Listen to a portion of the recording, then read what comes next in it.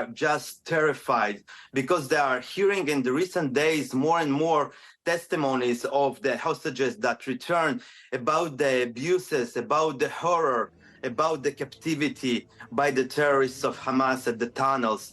They didn't have almost food there, no medication.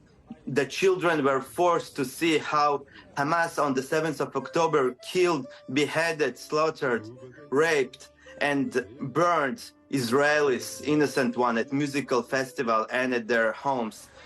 And it is just terrible. When they see that, they understand that it is unimaginable what the terrorists could do to their loved ones. And they also hear about women that were raped and their intimate organs were cut, and the terrorists even played with them. Also intimate parts of males. And those testimonies makes the families of the hostages to be so terrified that they are asking and demanding the Israeli Prime Minister and his war cabinet to do whatever he can in order to return their loved ones back home. And let's take a listen to what the Israeli Prime Minister Benjamin Netanyahu said earlier. We will continue this war until we achieve our three goals: to release all of our abductees, to completely eliminate Hamas, and to ensure that Gaza will never face such a threat again.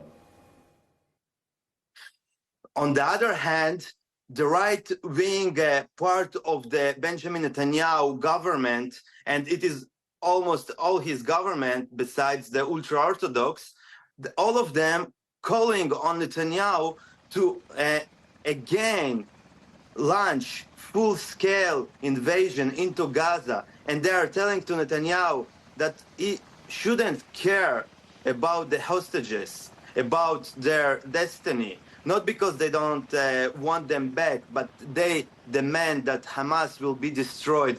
And they are saying that if the price is that the hostages will be killed, that's the price. But the most important thing is that this terror organization will not be anymore any threat to the Israeli public, because they don't want any more 7th of October. They are saying never again. We don't want to live next to a neighbor that terrorized us for so many decades. And Netanyahu will need to decide soon what he is doing.